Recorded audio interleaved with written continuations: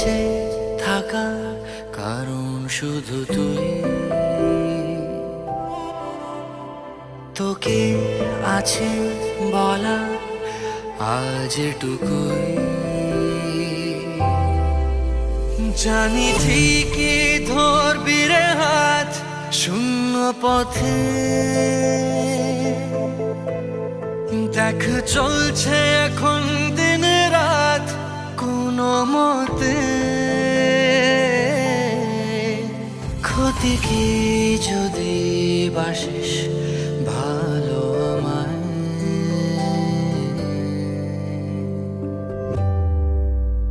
তোর হয়ে যেতে চাই